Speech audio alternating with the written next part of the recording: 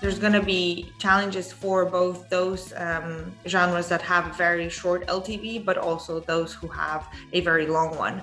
I believe that niche genres such as mid-core, hardcore games that rely on whales and high LTV users may be more impacted, as these rely a lot more on detailed targeting in their user acquisition strategies. The popular answer is gaming apps because they optimize based on ad revenue and the ads within their apps. This will affect a lot of games and a lot of apps that are mostly driven by advertising rather than IAP or subscriptions. All the apps that were getting their biggest revenue streams from ad monetization before, because like I said, the inventory will degrade and people will be willing to pay less. It will also affect a lot apps that have very long life cycles. The largest impact will maybe be on categories such as retail, travel, navigation, and finance apps. That's my guess, where you could download and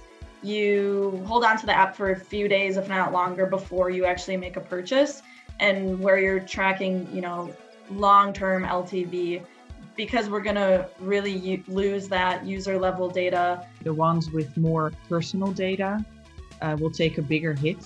Think about finance apps, health apps that hold a lot of data. Across the board, everybody's going to be really taking a hit, unless you are purely like CPI focused, then maybe you'll benefit from this. Apps that appeal to the mass market will be less affected. Subscription apps may be less impacted, given that the revenue is more predictable and the event management may be a bit more simple. Subscription apps may be in a better position because the revenue is a bit more predictable, so they can predict their LTV a little bit better. If I take subscriptions, for instance, people might retain for a long time, but a lot of subscriptions start on the early days, which I would assume they're going to be less affected, working on in-app purchase, early days data, and making it slightly easier, even if there are challenges. I here would want to focus a little bit on the type of genres that depend heavily, for example, on retargeting, or who work with performance DSPs. I would say like smaller brands, right? Like how are the chances that you trust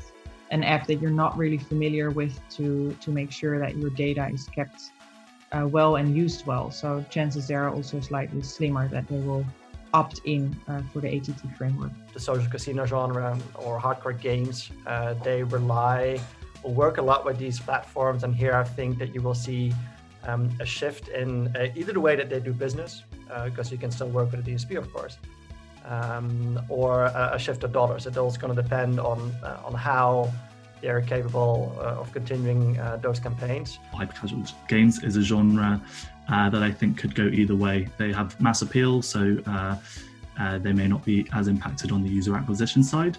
However, it's expected that CPMs may also reduce as an impact of the ATT framework.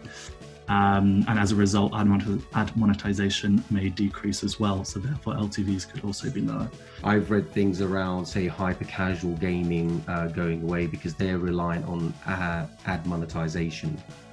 I don't think that will happen personally.